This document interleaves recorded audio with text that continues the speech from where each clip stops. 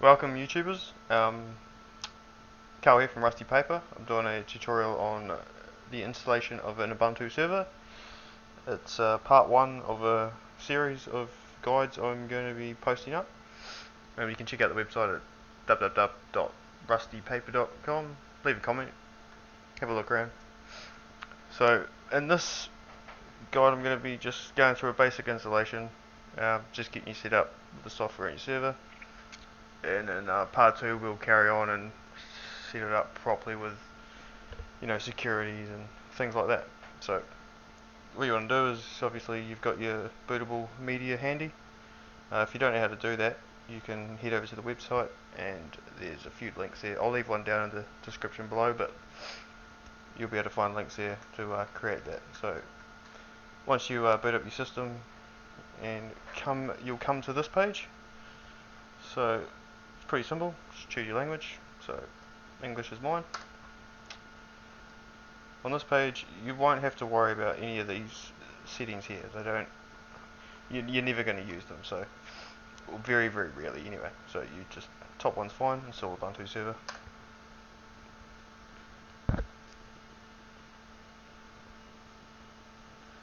Once again, language, it's pretty straightforward.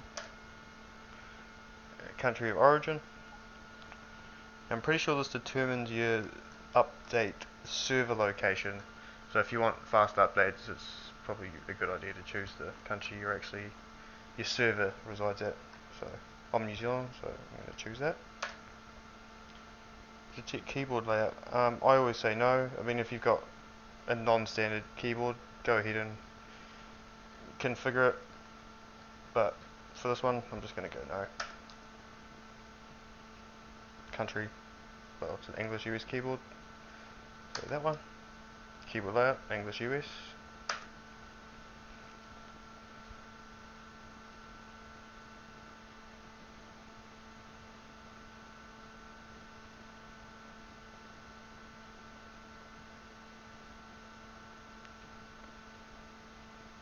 I'm just running this through VirtualBox, obviously. It's a bit slow, maybe should have given it a bit more RAM, but if it starts taking long, I'll just pause the video because you guys don't want to sit around watching the installation. So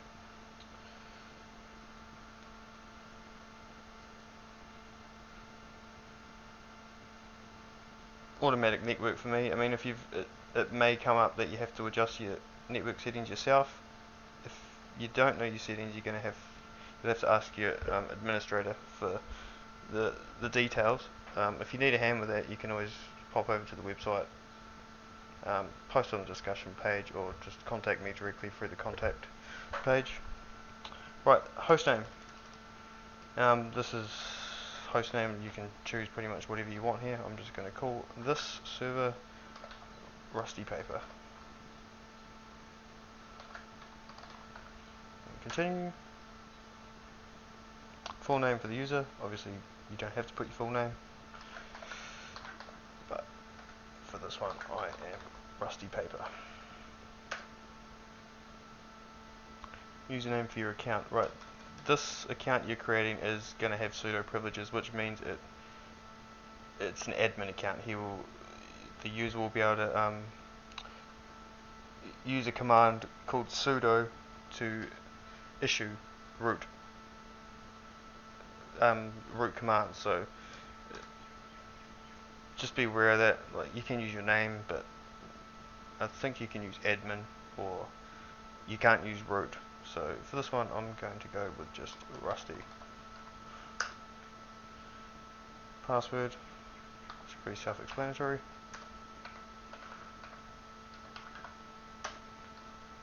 Weak password for me, but that's fine. I'd suggest creating a pretty strong password here. It's probably a good idea. You can do some damage if somebody logs in and as the pseudo user, irreversible damage. So right, so I'm carrying on. I'll use a weak password. Encrypt your home directory. I've never done this. There's no need to for me. If you're living in a dorm or a university or something where someone's potentially can steal your hard drive, physically steal it, then yeah, go ahead. But apart from that, there's no reason to.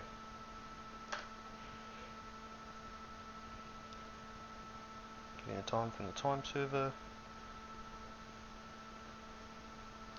Yep, that is my correct time zone.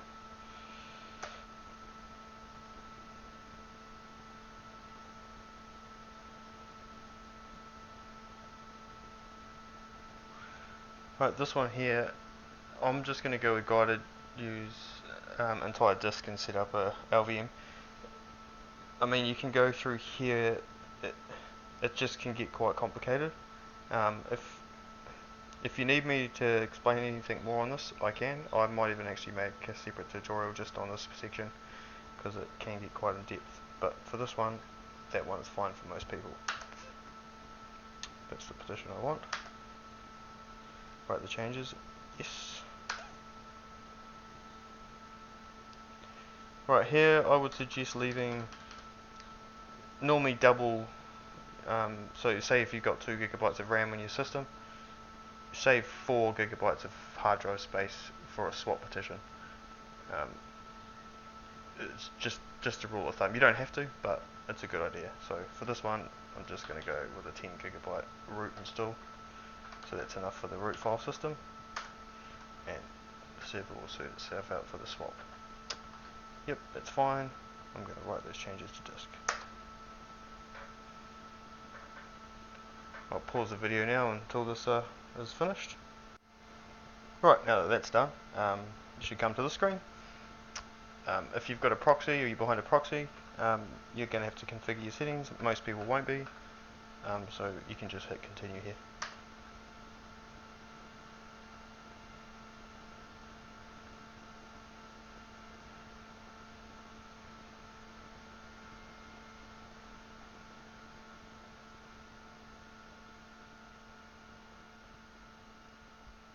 Shouldn't take too long.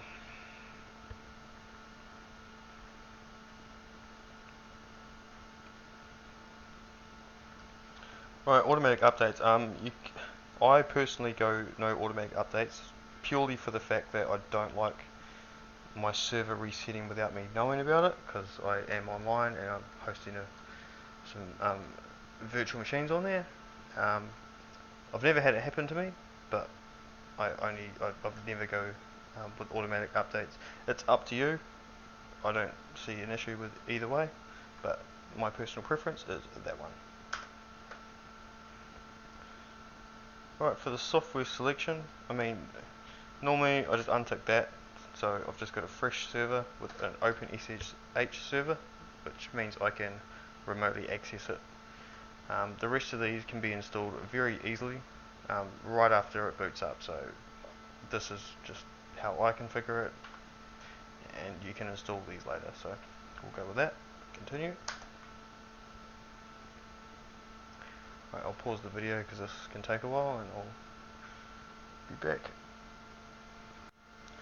Alright, you should come to this screen, install the Grub bootloader. You need this to happen. If you don't, when you reset your system, your Ubuntu server will not load and you will have a hell of a time getting it going. If you do have issues with this, I can help you because I've had a few issues in the past. Usually with setting up raids and that I have issues, but usually it just goes straight through.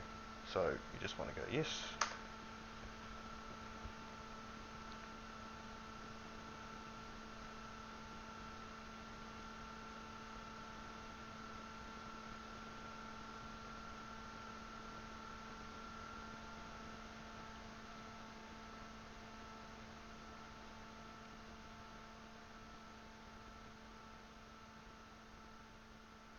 Right, remove your installation media and push continue, and let's reboot into our fresh Ubuntu server.